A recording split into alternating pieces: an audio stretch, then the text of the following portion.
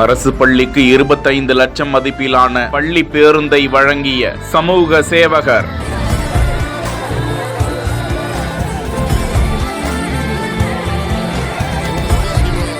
ஏழை எளிய மாணாக்கர்கள் இனி பள்ளி பேருந்துல இலவசமா வரலாம்.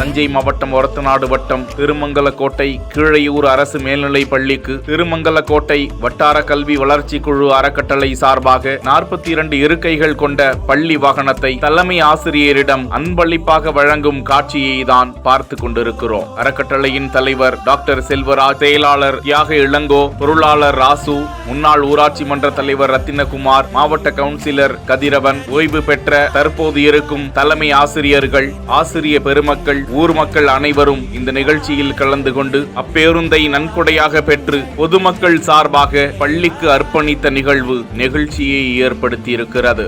அரசு பள்ளிக்கு சேவையாக வழங்கி உதவிட்ட சேவையாளர்களுக்கு நன்றிகள் குவிந்து வருகின்றன.